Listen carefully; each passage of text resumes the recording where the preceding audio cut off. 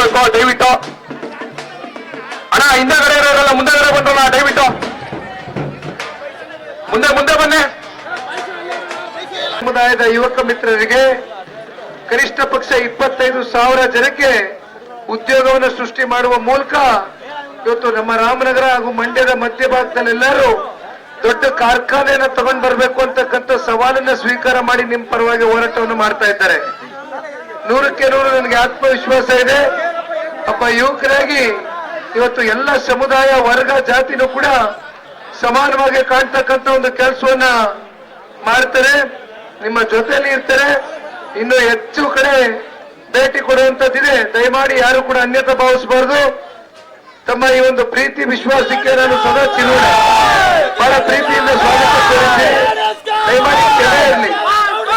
ನಾನು ನಿಮ್ಮೆಲ್ಲರನ್ನು ಬಹಳ ಹತ್ತಿರದಿಂದ ಬಂದು ಕಾಣಬೇಕು ಅಂತಕ್ಕಂಥದ್ದು ಇದ್ರೂ ಕೂಡ ನಾಳೆ ಕೊನೆ ದಿನ ಸಂಜೆ 5 ಗಂಟೆಗೆ ಪ್ರಚಾರ ಮುಕ್ತಾಯ ಮಾಡಬೇಕಾಗುತ್ತೆ. ಆದರೆ ನಮ್ಮ ನಿಮ್ಮ ಸಂಬಂಧ ನಾಳೆಯಿಂದ ಹೊಸ ಸಂಬಂಧ ಪ್ರಾರಂಭ ಆಗ್ತಾ ಇದೆ. ನನಗೆ ಆಶೀರ್ವಾದ ಮಾಡ್ತೀರಾ 13ನೇ ತಾರೀಕು ಅಂತ ನಂಬಿದ್ದೇನೆ.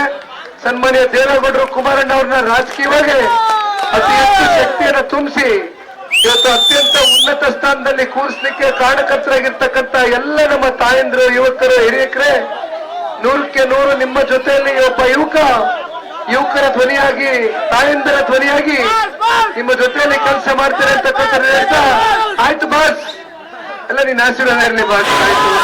ಆಯ್ತು, ಕ್ರಮ ಸಂಖ್ಯೆ ನಂಬರ್ 1 ರೈತ ಮಹಿಳೆ ಗುರುತು. Thank you. ಸರ್, ಇವತ್ತು 12ನೇ ವಾರ್ಡಲ್ಲಿ ನಿಖಿಲ್ ಕುಮಾರಸ್ವಾಮಿ ಅವರೇ ಬಂದಿದ್ರು. ಇಷ್ಟು ದಿನ ಕೆಲಸ ಮಾಡಿದ್ರಿ, ಇವತ್ತು ಒಂದು ಒಳ್ಳೆ ರೆಸ್ಪಾನ್ಸ್ ಸಿಕ್ಕಿದೆ. ಎಲ್ಲ ಕೂಡ ನಿಮ್ಮ ಶ್ರಮ ಏನನ್ಸುತ್ತೆ? ಈಗ ನಿಮಗೆ ನೀವೇ ನೋಡಿದ್ದೀರಾ ರೆಸ್ಪಾನ್ಸ್ ಹೇಗಿದೆ, ನಮ್ಮದು 10-12 ದಿವಸದ ಶ್ರಮೆ ಯಾವ ಥರ ಇದೆ ನಿಮಗೆ ಚೆನ್ನಾಗಿ ಗೊತ್ತಾಗಿದೆ. ಸ್ಟಾರ್ಟಿಂಗಲ್ಲಿ ಸ್ವಲ್ಪ ಟ್ರೆಂಡು ನಮಗೂ ಸ್ವಲ್ಪ ಟಫ್ ಅನ್ನಿಸ್ತು. ಆಮೇಲೆ ದಿನ ನಮ್ಮದು ಸಿನ್ಸಿಯರ್ ಆನೆಸ್ಟ್ ವರ್ಕು ಪರವಾಗಿಲ್ಲ, ಸ್ವಲ್ಪ ಎಲ್ಲ ಸ್ಪಂದಿಸಿದ್ರು.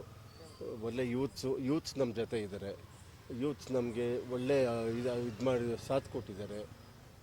ನನ್ನ ಪ್ರಕಾರ ನಿಖಿಲ್ ಕುಮಾರಸ್ವಾಮಿ ಅವ್ರಿಗೆ ಯಾವುದೇ ಸಂಶಯವಿಲ್ಲದೆ ಅವ್ರು ಗೆಲ್ತಾರೆ. ಏನೆಲ್ಲ ಜನರಿಗೆ ಅರಿವು ಮೂಡಿಸಿದ್ದಾರೆ ಸರ್?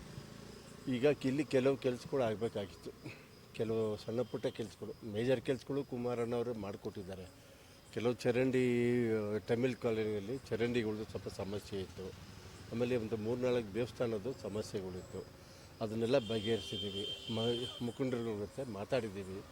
ಕುಮಾರಣ್ಣ ಅವರು ಸ್ಪಂದಿಸ್ತಾ ಇದ್ದಾರೆ. ಆಗತ್ತೆ. ಸಾರಿ, ಜನ ಏನಂತಾರೆ ಸರ್? ಜನ ಈಗ ನಮ್ಮ ಪ್ರಕಾರ ನಿಖಿಲ್ ಕುಮಾರಸ್ವಾಮಿ ಅವರಿಗೆ ಒಳ್ಳೆ ಒಲವು ತೋರಿಸಿದೆ.